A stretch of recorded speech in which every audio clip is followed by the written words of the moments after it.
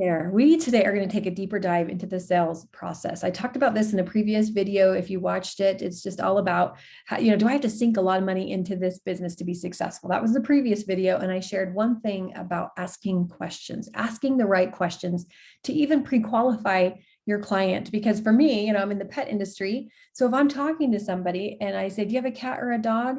And they say no, are they my ideal audience? No, they're not. So you have to learn to ask the right questions to understand, is this even someone that is in my target audience? And if not, where do we go from there? So I have 3 tips I'm going to share with you today that should be really helpful. They've helped me in my sales journey as I've learned and evolved and gotten better at this. So here's my 3 tips.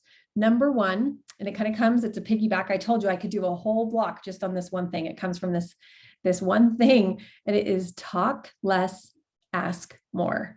You want to ask questions. You want to uncover what it is that is bothering them and see if what you have is even an option for them. Just recently, an example that I had that was the opposite is I met someone that's also in this industry in network marketing, and they were considering joining our company. And so I asked if she had experience. Again, I even ask questions when recruiting. I want to know, have you done anything like this before? And she said, yes, I'm in a company right now. And so as we started talking about it, I just briefly said, that sounds really interesting. And then for 15 minutes, I should have set a timer. It could have even been 20. I heard nothing. I had no questions asked. It was just talk, talk, talk, talk, talk, talk, talk. And I learned all about the company, all about the products, all about the founder. I didn't ask for any of that. It was just told to me, regurgitated. And it was one of those things that I thought, I can't get off this phone fast enough. It wasn't a fit for me. It maybe would have been had she asked me questions. Do you do this? Do you exercise? Do you get good sleep at night? Do you have headaches? Like all these things that could have helped her weave the product into my circumstance was totally lost on her because she didn't ask any questions. She just went right into presentation mode and presented everything to me.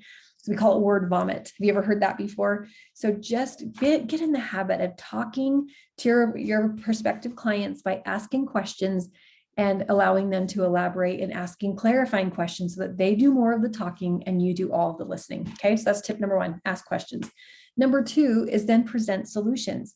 If you're talking to someone and they have a very specific problem they need help with, you can offer solutions. And maybe you can't offer solutions. Maybe they're not your ideal target. But if you're listening, perhaps you can refer them to someone that could provide solutions for them. Okay, so present solutions that may be a fit for them based on what they're sharing with you. After you've asked all those questions, you should have a good idea of what's their pain point, what do they need help with, and how can you help them either with your product or someone else's. Okay, so that's present solutions. Number 3 would be to follow up.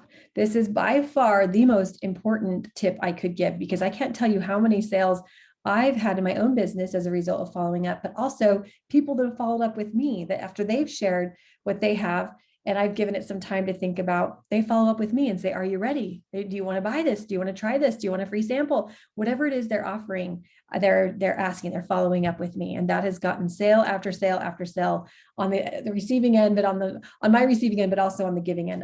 I've helped a lot of other people by simply them following up with me. It's the most effective tool in our business. A lot of times people are not ready to buy in that first minute. I heard it once explained that, when you meet someone at a dance, you don't go straight from hey, will you have this dance with me to, hey, will you marry me, all within one night? Not usually, right? That's a pretty big leap. Sometimes that's the case with what we have to sell, that we might be talking about it and sharing solutions that what it can do.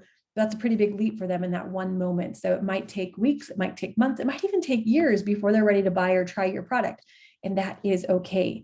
That is okay because we meet the client where they are. That is the most essential thing.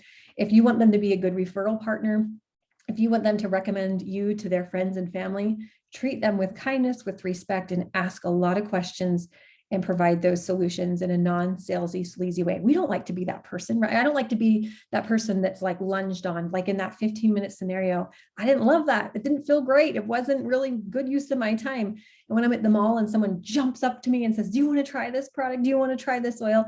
Nope, that's not what I'm here for. I'm here for this one store. Thanks a lot. We don't like to be that person that's pounced on, right? At least I don't know many people that do. I don't think I could name one person that likes that feeling of being jumped on and lunged on. So don't be that person. Be someone that is asking the right questions, presenting solutions, and then following up. It's as simple as that.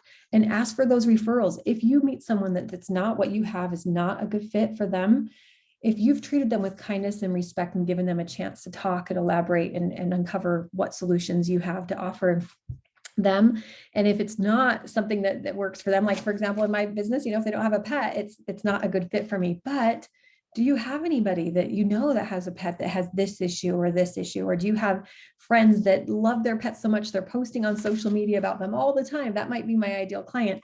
So I'm just learning how to ask for those referrals, but doing it in a classy way rather than you talk to them for 20 minutes. It wasn't a good fit for them. Well, great. Can you introduce me to all your closest friends and family? They're not likely to do it if you are pouncing and talking more. Okay. So those are my 3 tips, short and simple. Talk less, ask more questions, let them do the talking. Number 2, present those solutions that may be a good fit for them. And number 3, follow up. And if those aren't applicable, then go for the who do you know that you might be able to introduce me to? Because I promise you, if you treat them with kindness and respect and don't talk their ear off and pounce, they'll be more than willing to introduce you to people that they know, like, and trust because of the way they were treated. So I hope that helps. But for more sales tips, of course, follow me on all social media platforms, but just know I'm here to cheer you on and help you with all sales related. So take care.